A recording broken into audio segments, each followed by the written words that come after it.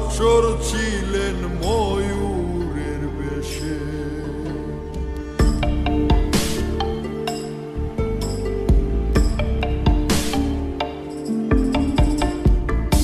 সৃষ্টি হয়ে নবী গোপন বেশে ৭০,০০০ বৎসর ছিলেন ময়ূরের বেশে।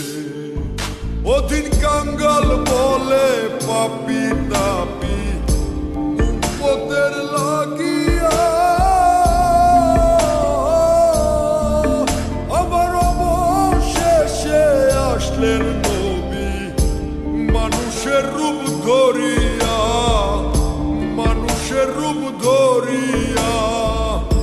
তুমি সল্লেওয়ালা, তুমি কামলিওয়ালা, নবী তুমি সল্লেওয়ালা।